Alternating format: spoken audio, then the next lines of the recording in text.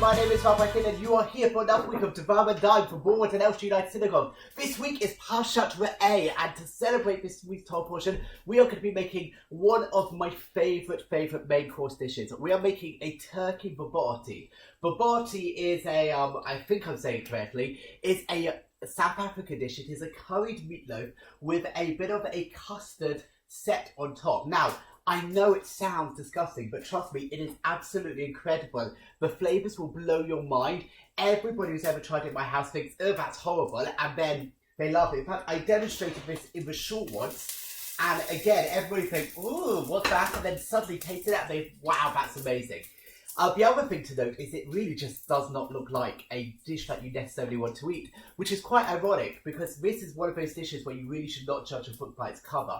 And I say it's ironic because actually this week's Torah portion, Re'eh, is all about being an observant individual, observant religiously, but also just simply with your eyes. And I'll get more to that in a moment. So let me tell you how to make your bobotie. In here, I've got one onion which I've diced up and a couple of cloves of garlic which I've smashed up. And I'm just sauteing them so that they get a little bit of colour on it. I've added in about a tablespoon of olive oil to go on it here. I'm making a small portion of bobotie, probably enough to feed 2 to 3 people. It's very easy to double this recipe. Often I will make it double. So, in a bowl, you want to put 1 slice of bread and then just pour over some soy milk to make it. Now, as I said, this week's Torah portion is Parshat Re'eh. And Parshat Re'eh contains a lot of laws, but a lot of laws to do with kashrut. We have all of the kosher animals are mentioned, and we have our favourite phrase, Lot v'asher k'diba chale b'mo. It appears again, yes, do not cook a kid in its mother's milk, do not mix meat and milk. And as we've said previously, this appears 3 times in the Torah. One time to teach us we can't cook meat and milk, another time to teach us we can't eat meat and milk, and the final time to teach us we can't benefit from meat and milk. And so just like previously, when we've seen this phrase, we've done something to show that actually it's only animal milk with animal products that cannot be mixed together. But actually coconut milk is fine, or soya milk, which we are using, is fine. That is one of the reasons we are making this dish, to show that actually there are some dishes where you can just very easily turn the dairy into dairy-free and it works beautifully. This is one of those dishes. So, got the piece of bread just soaking up some soya milk. In here, I'm adding about 500 grams of turkey mince. Now, normal bobotie is not the recipe I'm showing you. The normal bobotie, I think, uses either beef or lamb mince. I think this dish works absolutely incredibly with turkey mince. I don't know why, well, I'm not South African, I've never asked a South African this. I don't know why they don't start with turkey mince. It's perfect for this kind of dish. It's lean and it takes on the curry flavours beautifully. You just want to brown your mince in your pan over quite a high heat until the mince basically is changing colour and is pretty much cooked through. By the way, I've got my oven set to about 160 degrees Celsius, so it's ready to actually cook the bobotie in.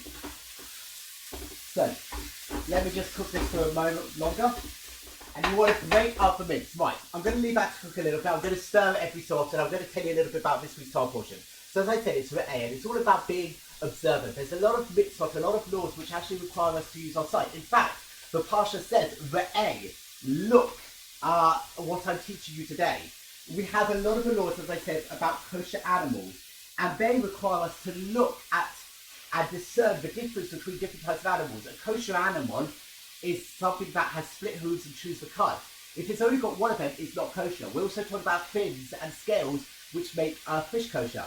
And interestingly, we're given a list of non-kosher birds. And we're also told that birds need to be birds that are not birds of prey to be kosher, which is one of the reasons we're making turkey this week.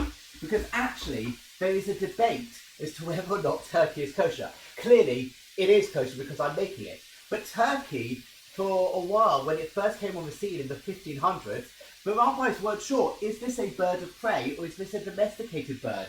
And so there was a bit of a question mark, actually, if turkey was kosher or if turkey was going to be one of those non-kosher birds that are listed in the Torah, which have all these interesting names, which we're not necessarily sure what they are.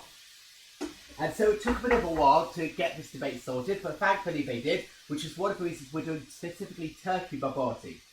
We've also got laws in this week's tile portion about we tell about the remissions, where one needs to look after the poor and remit the loans. And it's all about, as I say, the major theme is about just being observant about the world, because when you start to look at the world, you start to notice things that are wrong. When you start to notice things that are wrong, as a Jew, you are supposed to try and fix them, try and do something to make the world a better place. And that is the whole message, I think, for this week's tile portion. So let's continue with our Bobotie. The turkey has pretty much changed colour. We'll give it one more moment before I change my spatula. And it's basically, in a weird way, looks like bread that has been soaked in soy milk, which is quite odd because that's what we're currently doing. So, into the turkey, it's time to add the flavour. The flavour is as follows: a tablespoon of curry powder. Use mild, use medium, use spicy, however hot you like it. 2 tablespoons of mango chutney. When I say 2 tablespoons, make sure they're gesunde tablespoons, because this is going to bring a lot of the flavour. And once you put that in, give it a really good mix. You want to mix it all in together.